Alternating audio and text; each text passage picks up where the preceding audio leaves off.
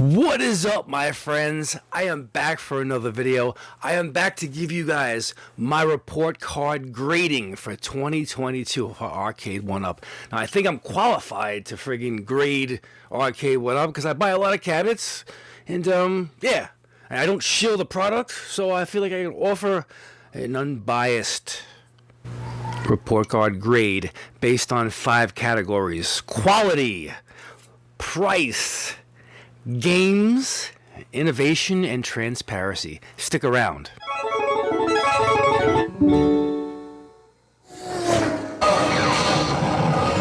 Boingity bop, flippity flop.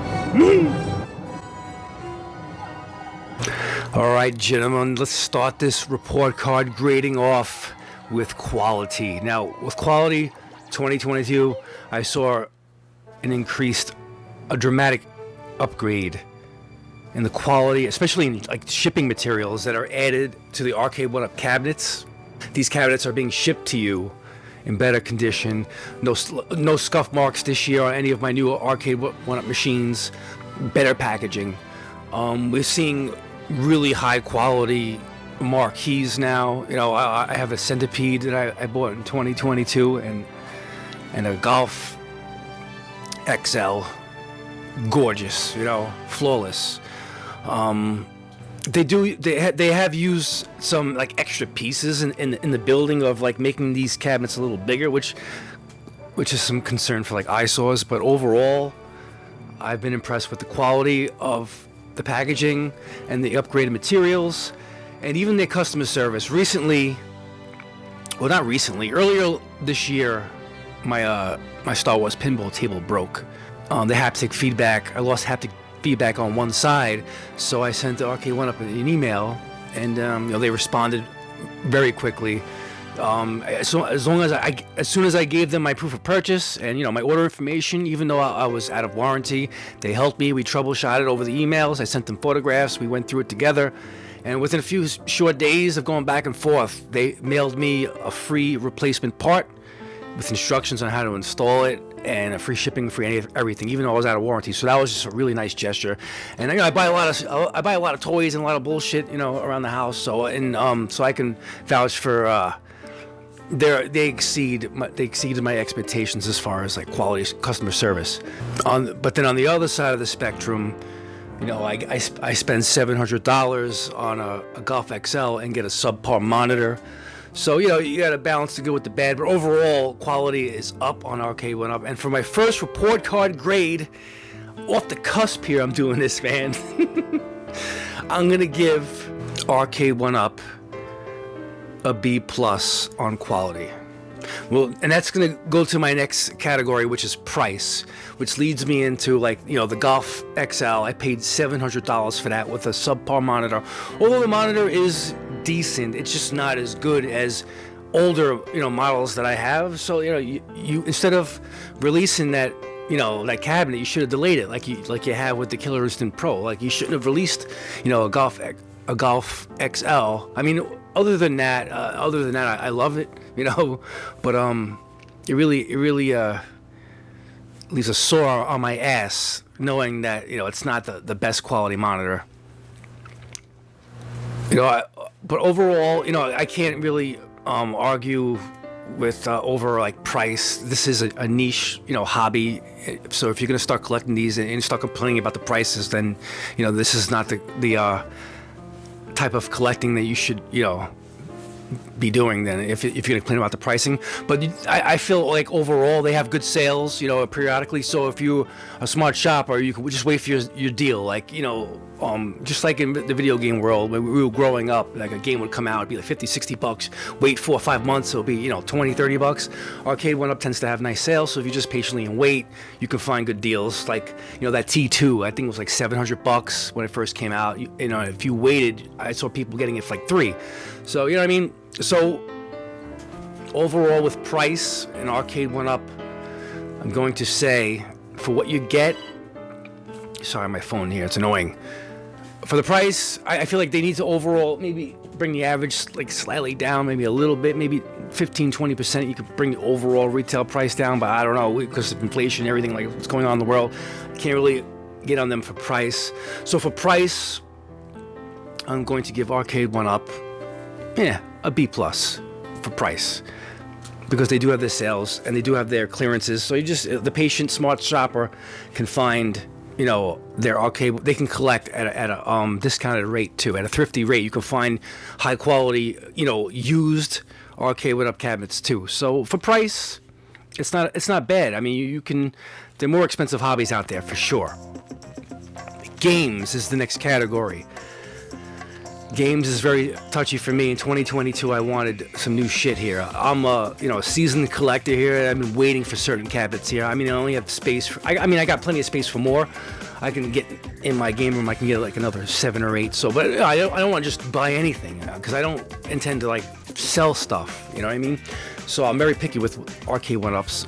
And in 2022, it's been really slim pickings for me. I'm gonna get on Arcade1up for games because they keep reiterating the same stuff over and over. Like Miss Pac-Man, how many times are you gonna give me reiterations of Namco games? Street Fighter 2, like how many times are you gonna give me reiterations of Street Fighter 2 cabinets? To this day, you just got another one. It's like 5 or 6 Street Fighter 2 cabinets have coming out over the last few years. Mortal Kombat, like how many times you gonna give me a Mortal Kombat 2 cabinet? Get it right the first time. Give us Wi-Fi the first time. How many? I mean, so that's what I'm gonna say when it comes to, at least with the Centipede cabinet, they upgraded it, slightly more. They made it a little taller. I just like the Centipede cabinet over the original Atari Legacy cabinet. But for the most part, they keep spamming us with the same Capcom and Namco games. If you're so powerful, you can get any license you want. Where's Konami? Where's Sega? I suspect they got these licenses like Capcom and Namco for a certain amount of years, so they're going to keep spamming the same stuff over and over until the license runs out, and then they'll go buy another license like Konami or Sega or something like that. I don't know how it really works, so I'm just suspecting. I'm just throwing shit out there.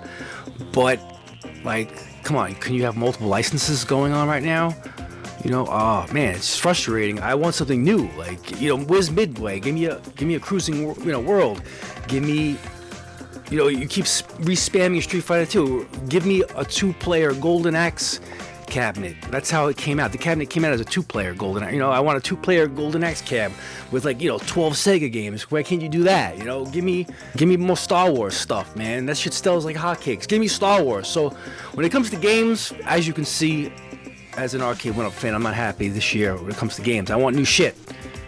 I can understand, bring out a Street Fighter 2 cabinet every 3 years. Like how, gaming consoles evolve every 3-4 years. You come out with something new. But, these guys are giving you a Street Fighter 2 Legacy Capcom Legacy cabinet. 6 months later, come out with a Big Blue. 6 months later, come out with a friggin' Yoga Edition. Like, what the hell are you guys doing, man? Stop. Give us something new. So for games, you're getting a fucking. I'll give you a C+. I'm trying to be nice. All right. Now we're gonna move on to innovation. 2022. I've been overall satisfied with the innovation with Arcade1up. They're bringing us, nostalgic toys from our past and giving us modern versions of them. Like, I really enjoy using my Arcade1up trackballs, whether it's on the golf cabinet or my Centipede cabinet. I love using my Ridge Racer steering wheel. That steering wheel rivals. I have 2 other steering wheels. I have a Logitech for my PS4. I have an old school Dreamcast steering wheel. That Arcade1up steering wheel. You can rag on Arcade1up for quality or for chinsing on certain things, but that steering wheel rivals anything I've ever used. It's excellent. Although the pedals are a little flimsy. So for innovation, I love the steering wheel. I love the trackballs. I love what they're doing with Arcade1up. That they brought us T2 and that little machine gun Uzi. Hey, I like that they're throwing things out there. So for innovation, I like that they're continuing. Hopefully they continue more in 2023. So for next year, if I don't see an uprising in innovation, if I don't see new stuff, then they'll get a flatter grade. But this year for innovation, I'm gonna give them a B. B+. Yeah, man. Be nice. To get a B+ for innovation. All right. So my last category here is transparency. 2022. Arcade1up transparency. I'm not very happy about what I heard with NFL Blitz. Now, I wasn't going to be purchasing NFL Blitz because I enjoy it on my Nintendo 64, and I also enjoy it on my Sega Dreamcast. So if I was only going to buy NFL Blitz to play it online, and the way it was packaged, and I was getting commercial feed, you know, in my news, my Instagram, and whatever, and people, execs, and shills in the Arcade1up community were spouting that it's going to have online play. It's going to be 60 frames per second. It's going to be amazing, and people are getting the cabinets, and Arcade1up online play is coming soon, or blah blah blah blah blah. And I'm hearing rumors that the online play may never happen. So that's kind of like a huge demerit when it comes to transparency in 2022 for the customers. Like, it was created, like, you know, you created this hype and this FOMO. You this pre-order craze, and everyone was like, oh, I gotta get it, play online, play my friends, blah blah blah. We're gonna stream, we're gonna have tournaments, and bam, it's not there, man. And plus, you put, you know, that friggin' degenerate Brett Favre on the side art, man. You better recall those cabinets, man. That guy may go to jail for robbing, from stealing from like charities and shit. So anyway, that's another story. And another thing with transparency, I'm hearing these stories on YouTube. You know, I'm just a viewer. I've been away from YouTube for months now. As you can see, my channel's been kind of stagnant. I haven't made much content, but I'm coming back slowly. I've had to spend more time with my family, and just things going on in my life that are more important than YouTube. So that's why, I miss coming back. That's why I'm back to throw my 2 cents in there for the community. So transparency now. So apparently there's rumors out there saying that Arcade1up exec John D has a bunch of influenced a bunch of YouTubers in this like private group called the Illuminati, Arcade1up Illuminati, I don't know, and they basically take orders from John D and they promote like salesmen, like Arcade1up products on their YouTube channels, and that's like a kind of like fraudulent, and you notice like these channels, they grow a lot faster on YouTube. I speak my mind. I always try to be a straight shooter on my channel. So my channel is just never gonna grow like that because I'm cursing. I'm just throwing I exaggerate like a fan, like a fan of games, like a fan of my skateboards. Like, I'm animated on this channel. So my channel is never gonna get like thrown out there as far as like in the algorithm. And I feel like even in spite of that, my channel still grows pretty well. People still find me.